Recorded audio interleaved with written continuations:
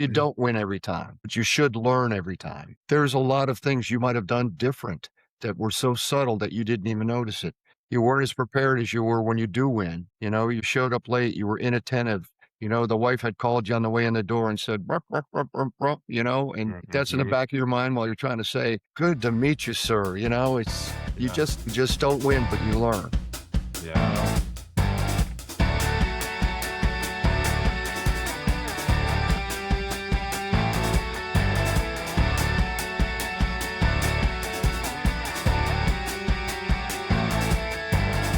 All right, what's going on, everyone? Welcome back to the Fitz and Franson show. I'm Fitz, Yep. And I'm Franson. and this is a show where we talk about leadership, business growth, and what it actually takes to build something that lasts without lying to yourself along the way. Yeah. Yeah. We're definitely not here for the hype. We're here for clarity because chaos, as you guys know, is normal in business, but staying there is definitely a choice. Absolutely. And today we're doing something a little bit different. We usually talk about mechanics of scaling and operations and leading, large teams, but today we're talking about foundations that makes all of that possible. So we're going to talk a little bit about legacy and character and kind of the lost art of relationship selling. Yeah. Yeah. And so today, as you guys can tell, we have a very special guest to help us do that.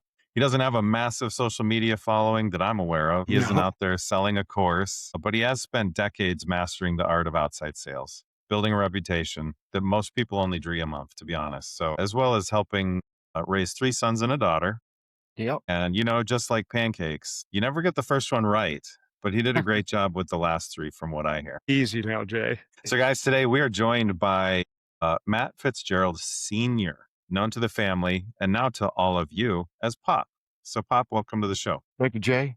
Thank you, Matt. Absolutely. Yeah, Pop, before we get into this, just hearing more from you, I want the audience to know who they're listening to.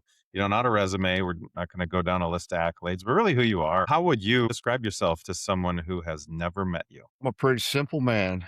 Very simple man. I like to treat people the way I like to be treated. Sure. And I'm also competitive. I do like to win. And I think those two things, when you put those together in a selling process, leads to good results. Yeah. Like it. He left the old part out, but Yeah. Yeah, that's good. He likes to be old. Is that what you're saying, Fitz No, Jr.? he does not like to be old. I don't think he likes it, but I make sure he's reminded of it on a regular basis. for That is sure. all Yeah. true. Yeah. Cool.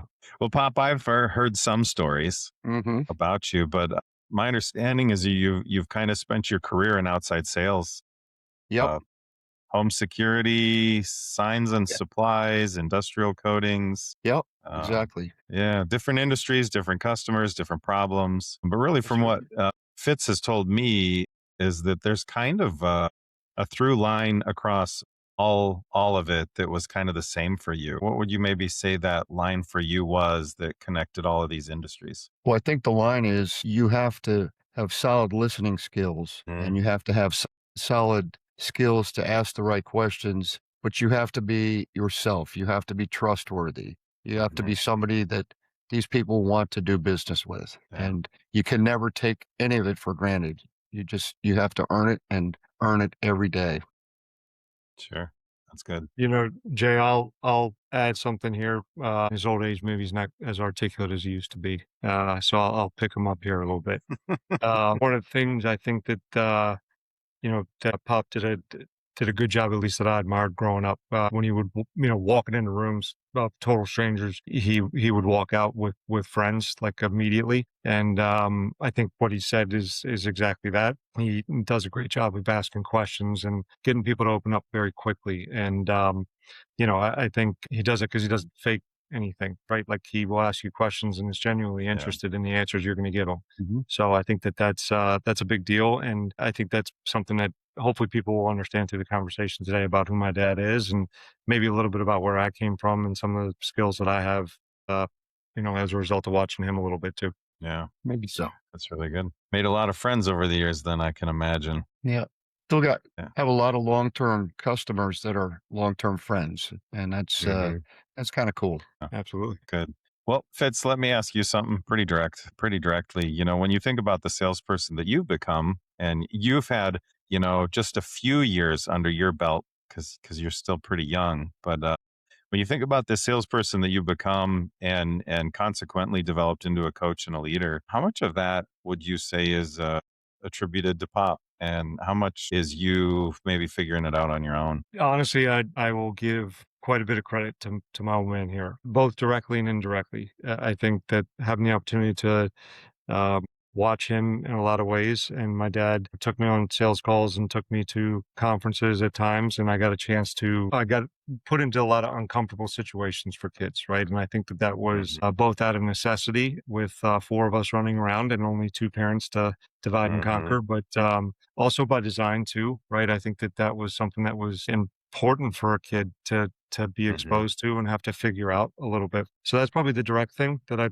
picked up watching him and then kind of being forced to develop those skills early on. And then I think also indirectly, I think something that he did really well for all of us was giving us the space to figure it out, right? So some of the things that Yeah. maybe I developed on my own that are uniquely me are still probably a direct result of the idea of like, hey, you have the space to figure it out and make it your own, so to speak. So yeah, I think yeah, a lot, even though maybe it took me a while to, like the old saying goes, the older you get, the smarter your old man gets. Mhm. Yeah.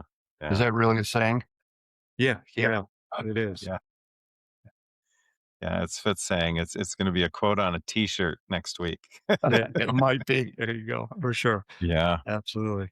Yeah. that's He good. he deserves a lot of credit for it for sure. Well, I can't imagine that, taking all the credit, because I I didn't say all the credit, some of it. taking any credit, really. Yeah, So, there's no book on parenting. So you just kind of bring yourself to the table, Yeah. and you raise them the way your parents raised you and how you think they ought to be in the world they're in. I always stress with them, you know, given given the age that they were and the attitudes of some of the other people of that age, I said, if you guys get the work ethic, if you learn how to work and learn how to outwork everybody else, you will Yeah. be successful. absolutely. Yeah. Yeah. That's good. That is good. Work ethic is one of those ongoing conversations that employers are looking for when they're trying to. I've Hard. been running an Indeed ad for 2 months, and Right? we've gotten two interviews out of it. Oh, God. Oh, It's been painful. So yeah. let's talk a little bit about philosophy, around sales. Just kind of, that's what Matt likes to talk about all the time. It's just sales this and sales that, sales Chase this. Shay's a marketing guy. Well, he's a marketing guy. Yeah, Oh, so he's kind of a nerd. Well, no, Yeah.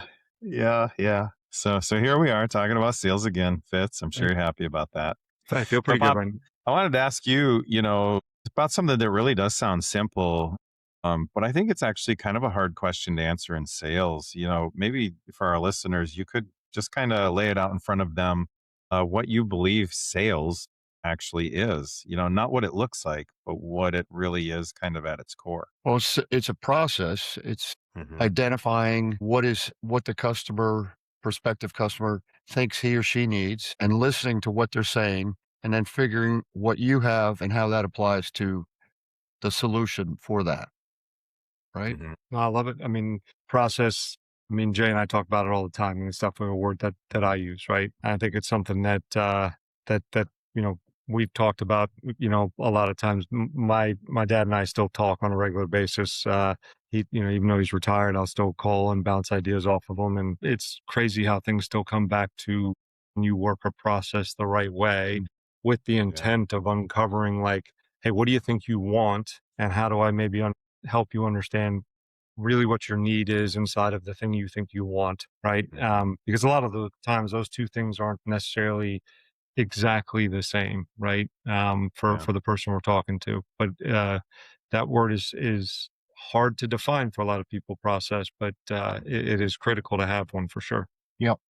And it can't be mechanical. It has to just be natural. Hmm. Yeah. All right. Yeah, Right. yeah, I mean, so you have an interest in this person from the get go. You want to know more about what's driving them with the interview you're having with them. Yeah. And then in the back of your mind, what you've got to provide a solution for that. And you also, if you've done your work right, you know what the competition has that isn't ever going to get them to that solution. Yeah. And you can just drive the conversation in that direction. Yeah. absolutely. That's really good. Yeah, I like that. And you, I mean, one of the things you touched on is just kind of the open curiosity. And I think that's so important to show up and say, "Hey, I'm just curious right now about what you want to get out of this conversation we're about to have. And I want to be the solution, but I might not be." And Yep. being open to that's really good. I Yep. know that, especially in the current climate with on the marketing side, right? Everybody is saying, we got to create this strong sense of urgency. We got to create this big offer with a hard deadline. We're gonna push urgency. And I think that, I guess I would say my hot take is that I think there's a lot of sales organizations out there today that are maybe accidentally teaching their reps to be the opposite of curious. And instead they're teaching them to really pursue urgency over that relationship and that trust. Yeah, I It's I would probably add to it, Jay. I think that I think obviously, I think in our world, especially, there is the data that points to we do need to get there quickly. We do need to ask for the business, but we see it time and time again. There's a right way to do it and a wrong way to do it for sure. And the challenge that we have, especially in what we see in our world right now, is that there's a big rumbling that like the one call close kind of scenario is dying, yeah, and I don't think it is. I think it's just gotten a bad reputation by the people that do it the very wrong way, especially the managers that celebrate it like the wrong way, like the people that strong arm people and twist their arm behind the back and do or say whatever they need to get it across the finish line. And again, one of the things that I learned growing up watching my old man in sales is, if it's the right fit, if I've done the right things and heard the right conversation or had the right conversations, then I've earned the right to ask for your business. And it's the natural conclusion to the right conversation that's been had. So celebrating the conversation and the process is the right thing to do, not necessarily the number, so to speak. Well, yeah, that is another way to look at a one close call, right? You're gonna be there the same amount of time. You're gonna move forward in the same directions, but the end comes out differently most of the time because now I have a bond with who I'm communicating with. If I'm selling paint, the purchaser has these problems with paint. The painters have this problem with paint.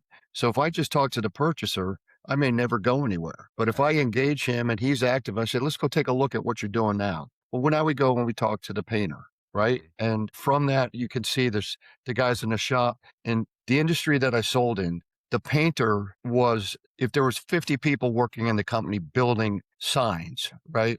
Making signs. There was only one or maybe two people that would paint those. So those 100 signs that are on a deadline to get built, they got to go through that factory rapid fire. So if your paint doesn't do what it should be doing, you're always going to be delayed delivering your product. And that's no good for customers. That's the root of the problem. The purchaser wasn't looking for a cheaper product. He was not looking for more delivery days a week for product. He could be, but the big thing was there's a bottleneck somewhere. The paint's the problem. It's not the painter. It's not the purchaser.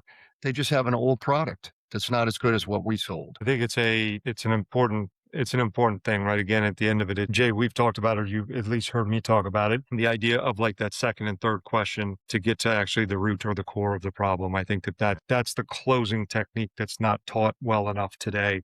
Like that yeah. surface level thing is the wrong thing. hmm Yeah. Yeah. In coaching and in being curious. I don't know if we've talked about it on the show before, Fitz, but I use what's called the why shovel. And they say you need to do 5 to 7 whys to get to the root of the issue in front of you. And so, a lot of people come in with a very safe first answer, right? You think about greeting somebody, hey, how you doing today? I'm fine. And you just ask one more question. You say, well, what does fine look like? Right. Now they got to give an answer for it. And they're like, oh, shoot, I didn't think they'd ask Uh, another question. Right. Yeah. Right. Right.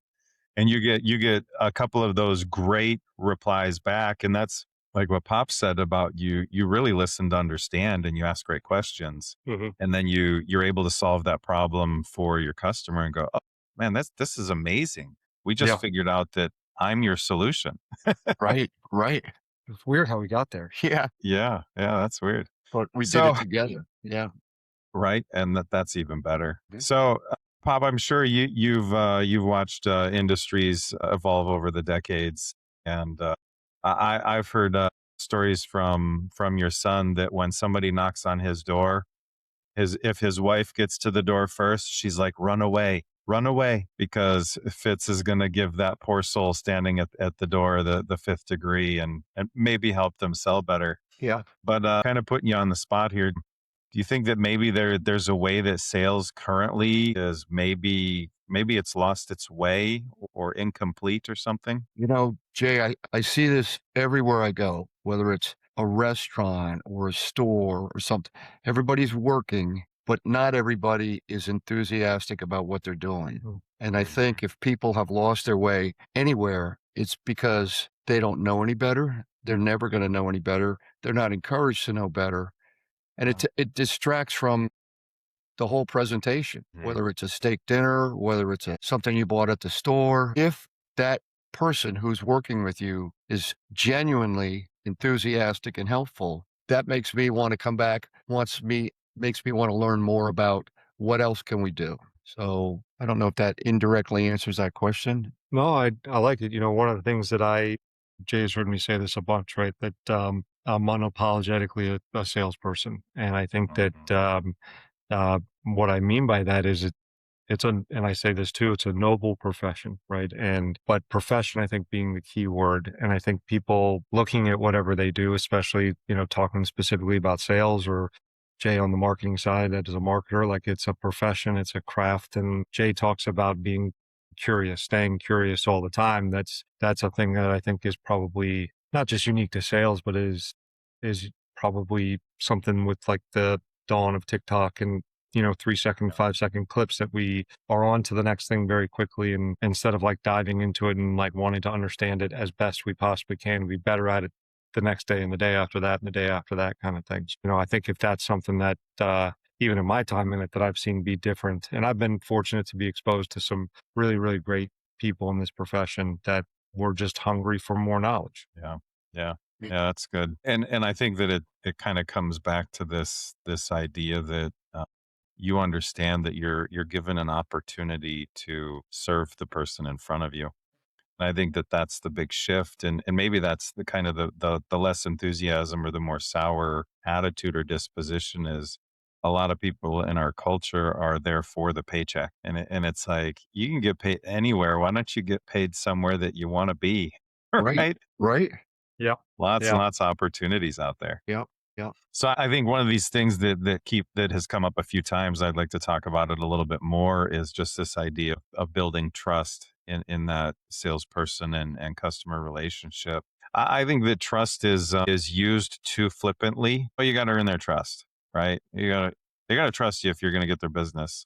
And so I think that it's maybe been watered down in the way it's presented to sales teams. But, in the context of sales, what do you think that trust actually means for that relationship? Well, I guess it might depend on the industry, and I could be wrong with this, but if you're selling alarm systems or if you're selling industrial accounts, a paint system, there's kind of two different things, right? Because, but I don't know. I don't know. Pick me back up wherever I was. Will you? He's old. He got lost. He did. You used to say to me all the time, you do what you say you're going to do. Right. And I think my old man spent a lot of time in B2B sales. Right. So a lot of it Sure. was in that world, which is a little different than the world that you and I are in, Jay. But a lot of it was, we got a purchase order. We said we were going to deliver it this time. This is what the product said it was going to do. And I remember countless times, like, I got to get up at 4 in the morning to go pick the material up from the warehouse to drive it, across state lines, because the driver called out sick today or whatever it is, because I told them it would be there on time. That's why they made this order from us. Right. Sure. So I think that's, I had another guy that I worked for that said, isn't it great that we get, most people, what is it, deliver what they promise what they deliver, right? We get to deliver what we promise, right? Or however you flip the phrase. And it was kind of a good thing where we worked. It was like the culture was built around, like, we just do the right thing all the time. Right. So like, we get to speak with integrity on it. So I think that's at its core where that trust, comes in. It's good. They say that the sales guys are the promise makers and Sure. the operations guys are the promise keepers. Yeah. But I think that maybe what you touched on is this idea that the sales guy takes ownership of the promise keeping as Yeah. well. Oh, yeah. Oh, yeah. Yeah. Yeah. Y You don't overpromise, right? yeah, and you have no right to ask for an order if you can't deliver. Yeah. And if Mhm. you're going and if an account is going to give you business based upon your meeting, then you better hit it out of the park. You better Mhm. whatever it was, big or small, and you know if you can or you can't do it. Yeah. So, but if that happens, and you're in a big account, you get one little piece of the puzzle, you know what? You're walking through the shop and the puzzle just gets as big as possible Mhm. because they know they can count on you. For sure. I like it. Well said. Yeah. Yeah. Yeah. We've seen this on in at Powerful Media too.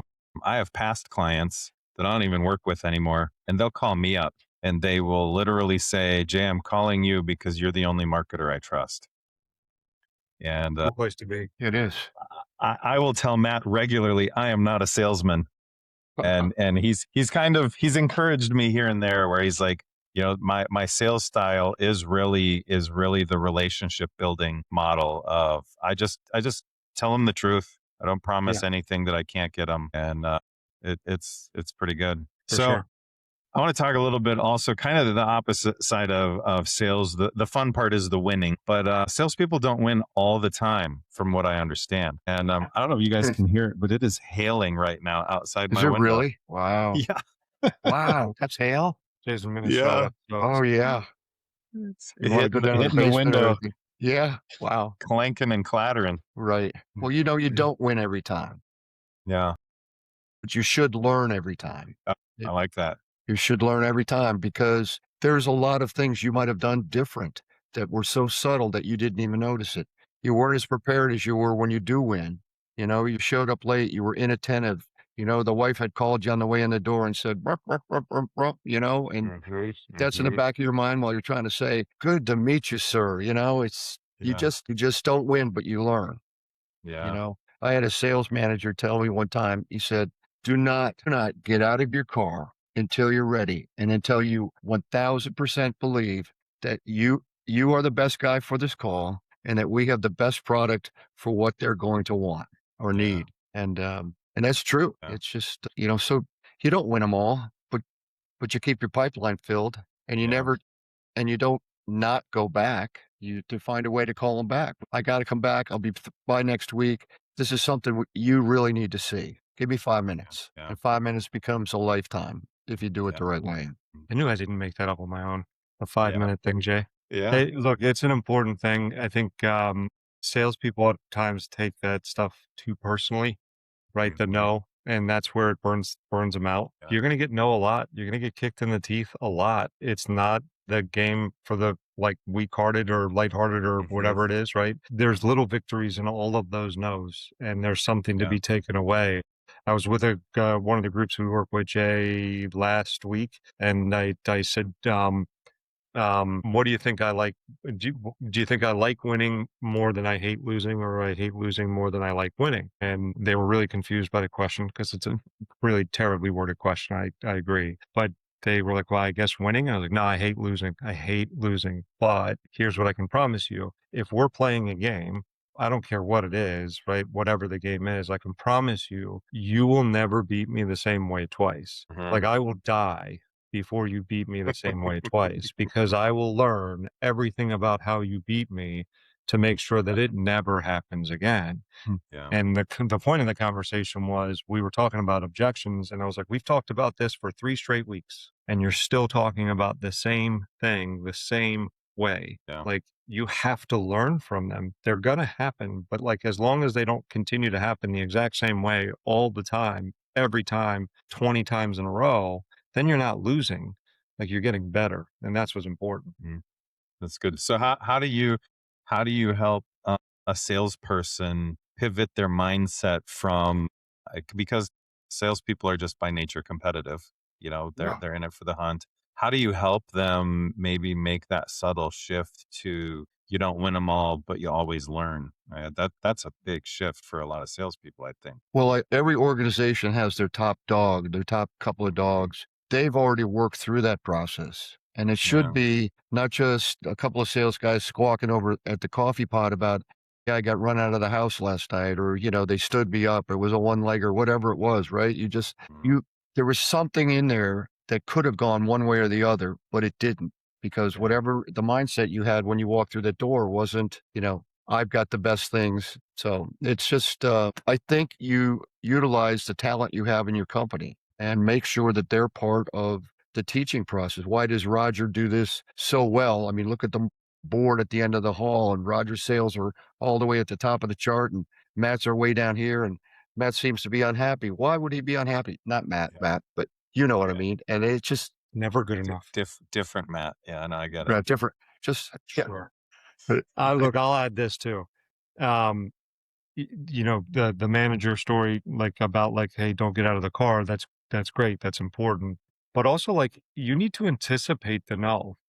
Like, oh yeah, Mhm. expect to win, but anticipate that it's not going to be without challenges. Like, if you expect a laydown all the time, like, pull your head out of your ass. It's not going to go Yeah. that way.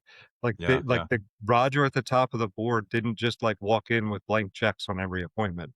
Like he worked, he got better. He understood that there were going to be things he had to overcome. He was prepared to Yeah. overcome them. It's a hard way to make an easy living. well, you know what he was like.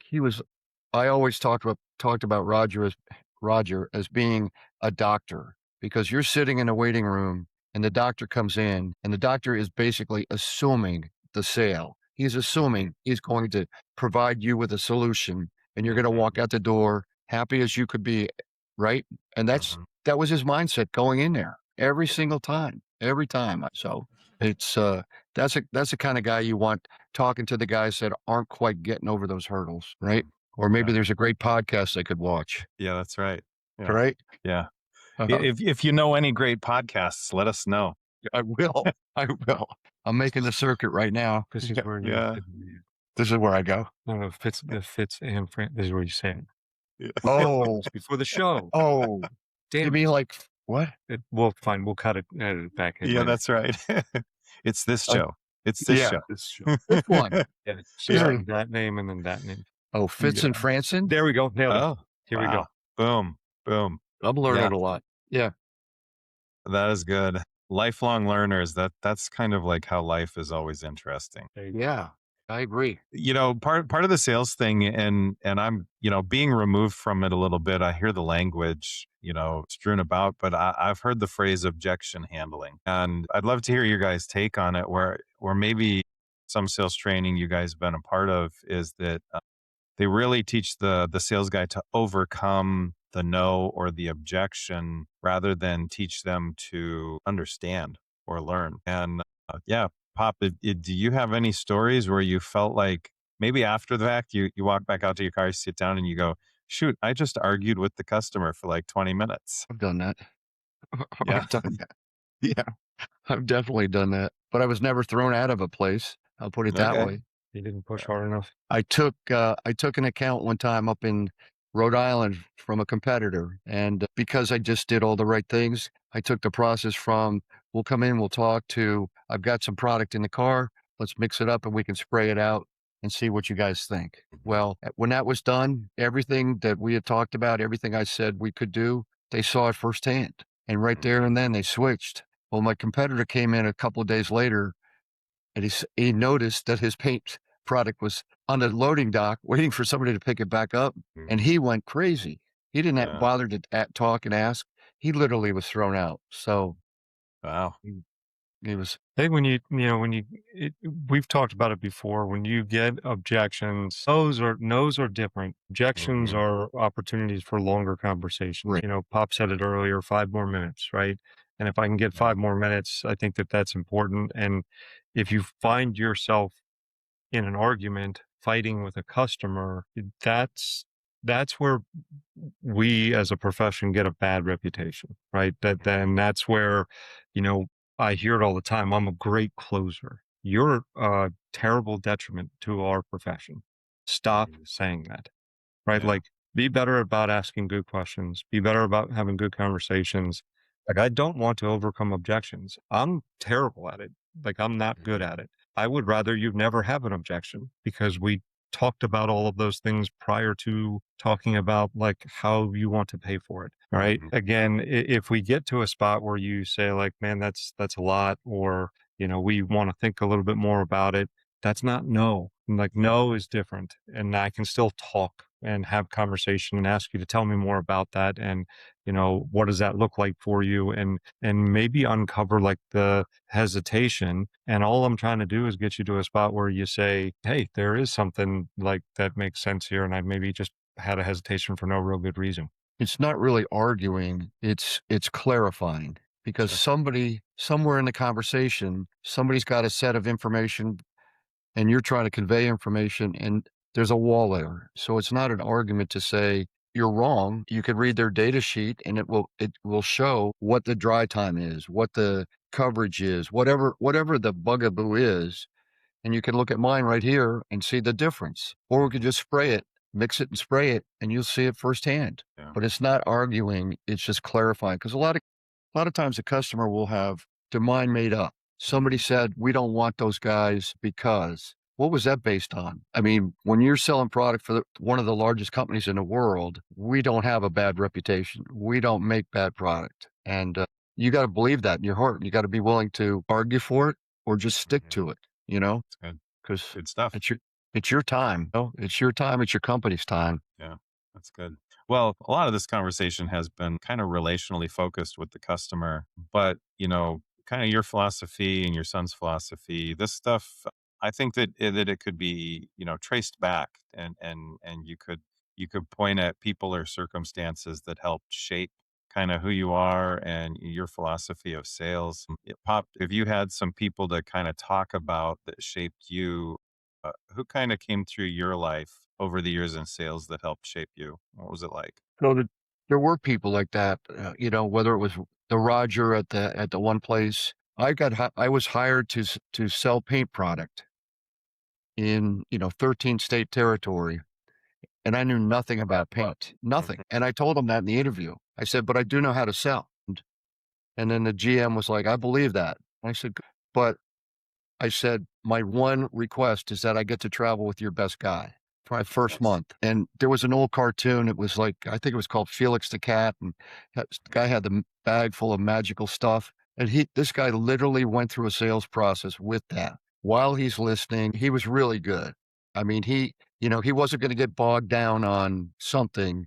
He just kept it moving. It's like throwing a line in the water. You're going to, nothing's biting, pull it back out, put something else on, throw it again. But his time was his time, and he was going to prove to these people or prove to himself that he had everything they needed. So he never gave up. He never gave up. And if he hit a wall, he moved around the wall. Yeah, I think in sales, there's definitely been for me a lot. I've had quite a few, but I think one of the things we've been talking a little bit about is like just a lot about like selling is like selling based off of your character and who you are, right?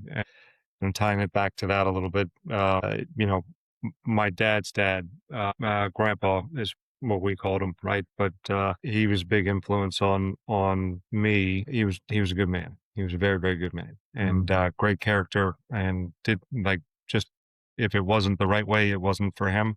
Like that was him, and I think that certainly did not get lost from one generation to the next, right? So between what I learned about sales and growing up with my old man and what I got from being around him was a big deal. I think that how you treat people the way you want to be treated and taking care of them that way, I think was a big deal. He ran his own electrical contracting company, and all the stories. I wasn't old enough to see that, but all the stories about how he took care of his team and his crew and made sure that things were done the right way for the customers that trusted him with their homes was, I think, a big influence on the way that I've helped grow teams and companies in the way we're taking care of homes as well too. Yep. It was black and white, and either or. And there was a right way to do it, and there was no other way to do it. And he he was very successful, and everybody admired him because they knew who he was. Because every day he was the same person. Yep. That's good. Absolutely. That's good. Well, outside some of the more impactful relationships that you've had in your career, are there any books or ideas that were presented that kind of gave you a big shift in how you presented or how you carried yourself? You like any kind of books? What was a good book that you read? A good book? Well, right back here, this was a good book. So sorry, Matt. That's right. But this was a good book, Selling the Invisible, Oh, because nice. it's you're communicating the ideas. You're listening to ideas coming to you, and you have to figure out a way to take your product, your pitch, and it's invisible because it's just a dream kind of, but you're selling it. And then the other one, and this isn't staged. These are just happen to be I passed these down to Matt, and there was a book by a guy who was a speaker at one of the trade shows I went to. I don't know if you could see that or not, but Yeah. anyway, but the reason I bought the book was because he gave a talk to the group about selling and things like this. And he started out and he introduced himself. I said, I'm Bill so and so, and he said, and I got to tell you, I almost killed my wife today, right?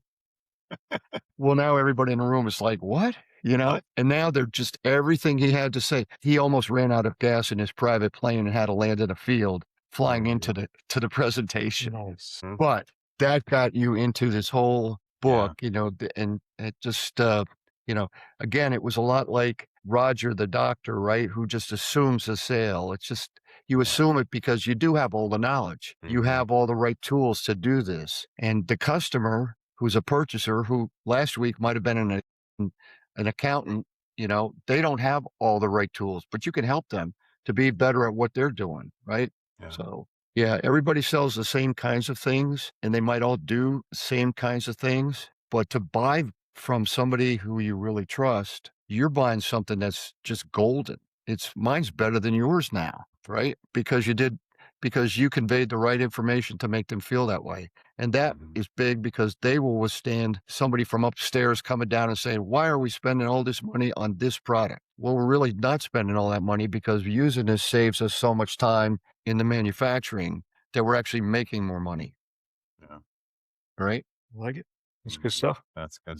Well, I think interesting to kind of go off script here, but I think when you're a part of a great organization, Mhm. you there's a part of the script that is you sell the company story, and customers, well, human nature is we want to belong to something that matters. And so I think in a lot of cases, the big brands out there is I don't wear tennis shoes, I wear Nikes, right? And it's I don't have paint on my walls. I have this brand of paint. And so I think that that's a big part of this as well, is you really get an incredible opportunity to let your customers belong to something that's bigger than you, bigger than them, Yep. and you can both be proud of it. And a great organization isn't cheap.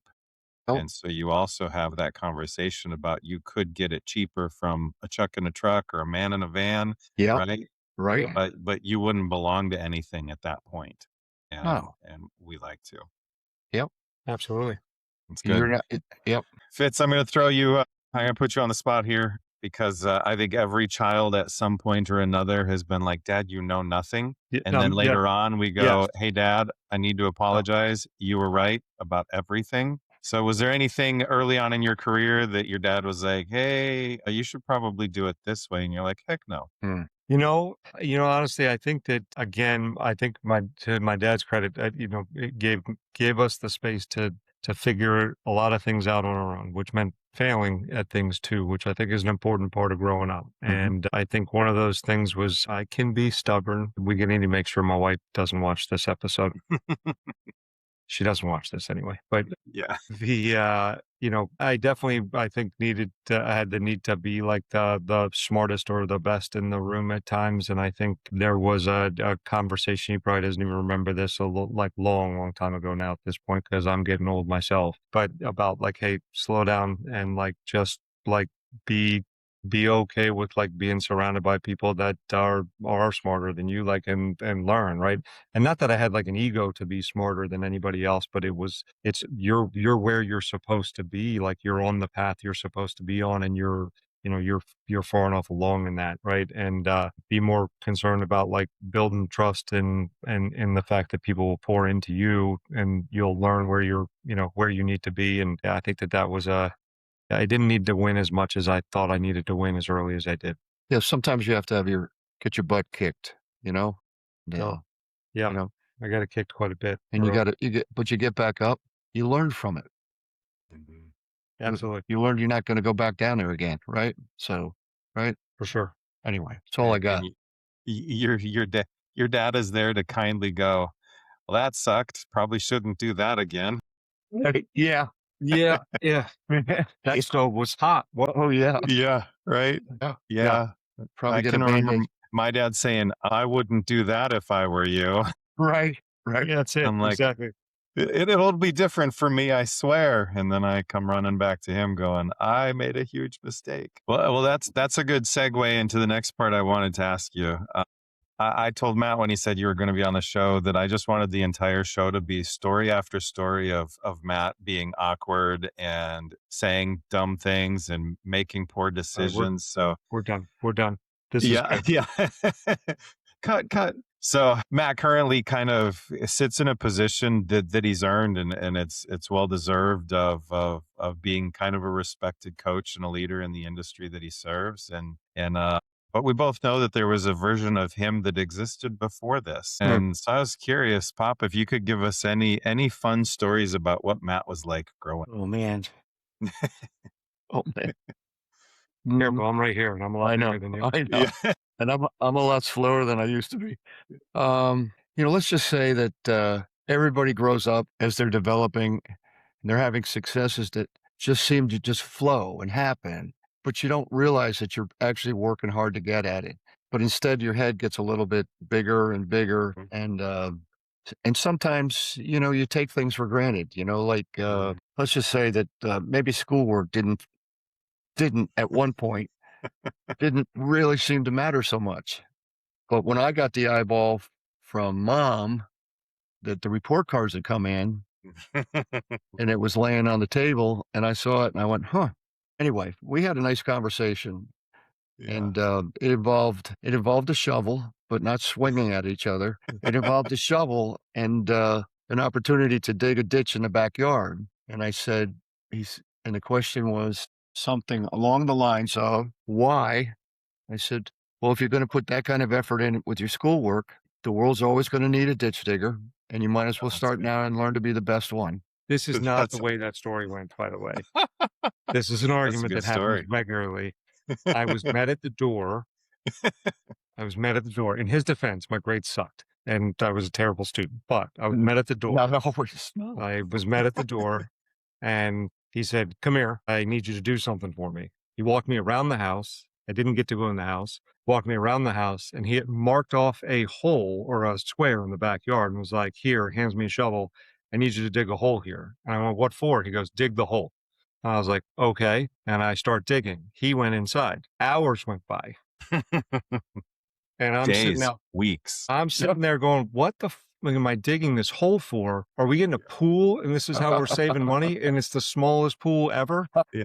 I'm sweating, covered in dirt. And he comes out and goes, "You tired?" And I was like, "Yeah, the fuck is this hole for?" And he goes and throws my report card in there and goes, "With grades like that, you better be the best damn ditch digger you can be. Fill the hole back in and get inside." That's how that story went. My grades got a little bit better. Yes, they did. Yeah. Yes, they did. And the hole got filled in. And the younger siblings, every one of them had their mouth just drop. Like, No, they didn't. They were pointing and laughing at me through the window. Well, that was when their dad wasn't was- looking at them. it was a teaching moment, right? Yeah. Anyway. It was a good one. I look forward to doing that to my son at some point, I'm sure. Oh, yeah. I'm sure my dad did that to me too. But yeah, no, he was always the kind of person he is now. He's just really developed into who he is. He was a leader. He learned how to, playing the sports. He just understood the value of whatever he brought to the game. He could have a big impact on the other people on his team, and they would win. They would win. It wasn't just about, we got this one guy named Fitz. We got this whole group of guys that are pumped up there, and they all believed in each other. It's contagious. That's good. So, watching your son grow up and now Matt is a really boring middle-aged man, right? But, Pop, can you think of a time where you watched him maybe in his career, or maybe just kind of a life moment where you looked at your kid and you were like, he's probably gonna be okay. He's got it. In his career? Yeah, I mean, just the stories that he would tell me stories about, places he was going to, conferences or just wins he had at the company he was at, whatever the company was, and it's just like, yeah, I mean, it the mind's sharp, the work ethic's there, he is going places. Downstairs to have dinner soon. Yeah, Yeah, that's right. I'll be out on the street after this, Yeah. but, hey, There's a bunch of people gonna be commenting about, like, "How's the ditch digging going?" after this, for sure. Yeah, no, he's done a good job of letting me know when he's proud of some of the stuff I've done, so it's cool. It's good.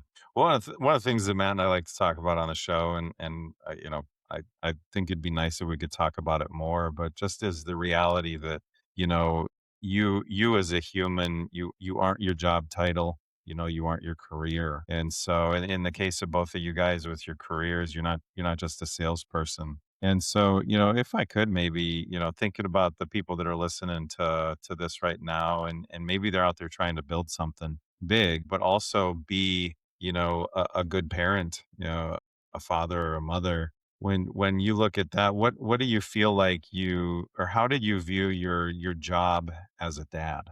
Not as a salesperson, but as a dad. well, the job as a dad was the all important job, Yeah. and the work was a means to do the things that we wanted to do. So if I couldn't be good at one, I could not be good at the other. It's so you're driven, and your kids are your everything. It's just and that's so I like one. Matt has a cousin and Bill, right? For the record, I have 19 cousins. Right. One of his cousins is named Bill, and he's what do they have? 4 girls now? 4, 5 girls? Yeah, Whatever they have. he's crazy like Jay. Jay's got 27 kids. Nice. Yeah. 5 sons, not Right. 27, but 5.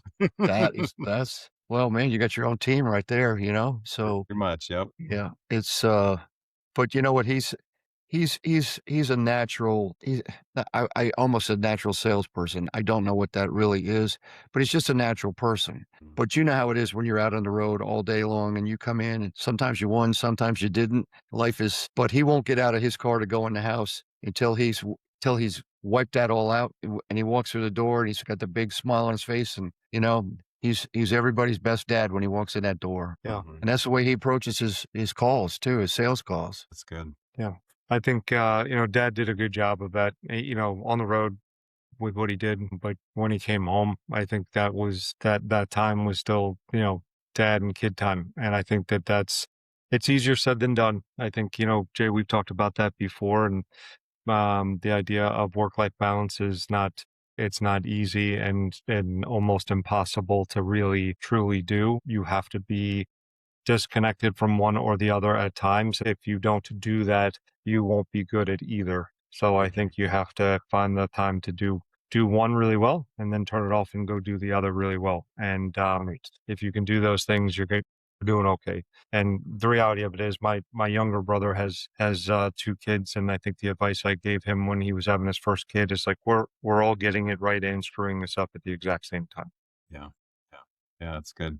Well, time flies when you're having fun, and Yeah. we're already coming up on an hour, which has been great. But Wow. I'd like to ask maybe a few more questions to just kind of close this out. So, if you could, maybe share with us when you look back at everything, can you think of maybe a moment that you'd like to share with us that you were most proud of? It doesn't have to be professional. It can be about you. It can be about someone else. It can be kind of anything, but something where you just felt pride swell inside of you in the right kind of way. Well, I mean, with Matt, it would definitely be athletic was one, just some games that were just incredible and the feats that were performed. What was it? They were playing with a chance to win and go to the College World Series, and Matt said, "I'm pitching." And he went out there and he was pitching. And pitch counts in baseball can be, you know, 60, 80, hundreds a ton. right? Right. So the game went to, did it go to extra innings? It went to extra innings. The coach comes out because he was trying to find somebody to go in to finish the game. Meanwhile, Matt's run out to the mound. And he's going. And he comes out there and he says, Matt, do you know how many pitches you've thrown? And Matt just said, thank you, coach. I got a few more to throw. Then we're then we're done. And something to that effect, right, Matt? And It was just like that, clean, no. clean. No, there was no. And after the game, 155 pitches later, which Wow. they won, Mm. the coach walked up to me and said, "Don't hate me, don't hate me." But they won. And it was a heck of a game. I mean, it was pitched well. There was some great defensive plays that guys made because everybody was just pumped up by everybody else. And certainly that's it. And then I would say this, what you guys are doing right here, I'm really proud of him for what he's doing and what you guys are doing. And it's just fun to see it and watch it and especially knowing that you guys are you're having great success and getting where you want to get to. Good. Like that. I'll ask you one. What do you hope people remember you for? Not your career, but you. This is the only thing that matters to me. I hope that people remember me for the kids that I raised and the lives and the lives they have and the people they've become. That's it. It's good. Your grandkids are gonna listen to this someday, I'm sure. So You're that's gonna good say stuff. Pop was a movie star. He was on TV, Yeah, that's right. right? Yeah. If Yeah. we're gonna assume that they're gonna listen to this someday, is there anything that you'd like to maybe have them hear from you right now in this moment on this show? Wow. Wow. Who thinks about stuff like that? I would just tell them that kindness is the word, and you treat people the way you want to be treated. You work hard at everything you do, and you take care of the people that are important to you. Like it. Well, Yeah. thank you. Not for the show, but Thank you guys, and I know there's probably a big pile of the reel will be on the editing floor tomorrow, but that's okay. Yeah. Made an old man happy. uh, yeah, Yeah. no, we appreciate it, and thank you for more than the show, but for everything. I think it's a Father's Day episode we'll put out. More than teaching me about sales and how to be a professional in that world, but just what it is to be a dad and a man and a good husband and all the things that I think I am who I am because of you. So I appreciate it, Pop. Well, it's great, Matt. Thank you. Yeah, that's really good. Yeah, and for everyone listening, we talk a lot on this show about strategy and scale. We're in the business of growing businesses and we talk about what it takes to grow and build a good business. But what this episode really got to cover and what Pop got to share with us is the stuff that's underneath it. The belief system and the character and the reason that any of this stuff matters that we're doing and it's the foundation of great organizations and great people and Yeah. everything else ends up being execution. Yeah. Yeah. Well said.